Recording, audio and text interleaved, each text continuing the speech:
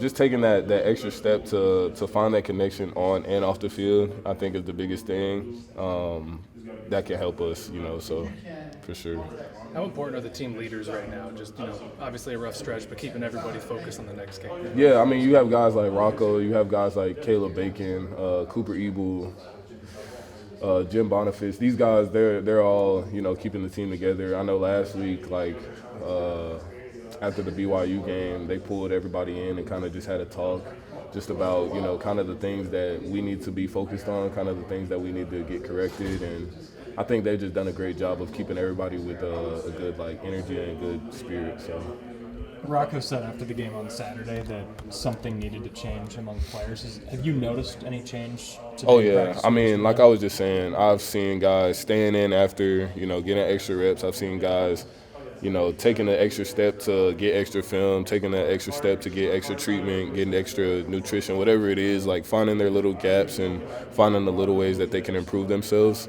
So, yeah, definitely impressed with how guys have attacked, the bad outcomes that we've had. So, I know your first year in college was on a team at Colorado that didn't win a ton of games. How different have you seen this team respond to adversity than maybe teams in your past? Yeah, I mean, I've been on teams where you lose a game, you lose a couple games, and then it kind of just goes downhill from there. Just in the locker room, just around the building with people's attitudes, people's demeanors. I've been on teams with guys that just really have said, forget it, I'm done with this season, we have nothing to play for.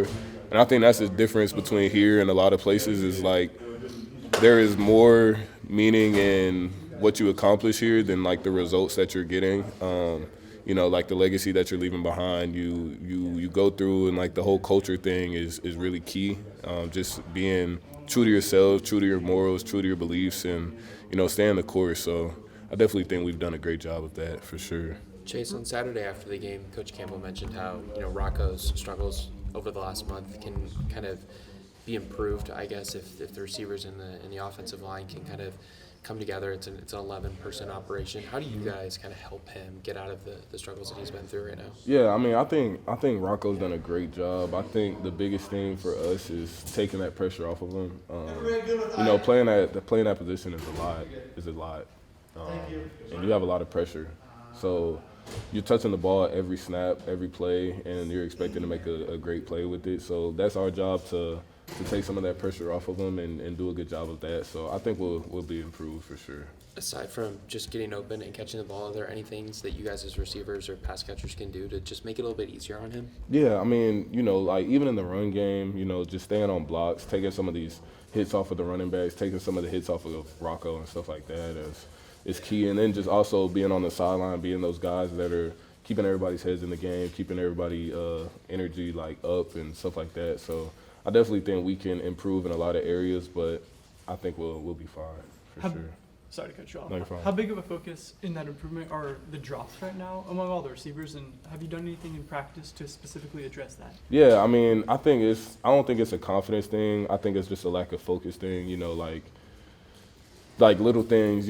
We make catches or the drops that we're making are catches that we've made plenty of times and plenty of times throughout practice. So I think it's just being focused in the moment and being focused in the detail of the moment and just making sure that we're playing good situational football and knowing what we need versus what we want, I think would be the biggest thing. So last question for Chase. Do drops do they snowball effect? Is it you have one, then it gets in your head and you try too hard the next time? Yeah, I mean, I think, playing receiver is one of the toughest things to do on the field just because you have one play and if it doesn't go your way, then you have to wait, many other opportunities to get your opportunity. And it's a whole mental thing. So my thing is just being able to erase, what happened last time and literally just forget about it, literally just not let it affect you. And that used to be a big thing for me when I was younger is letting that affect me and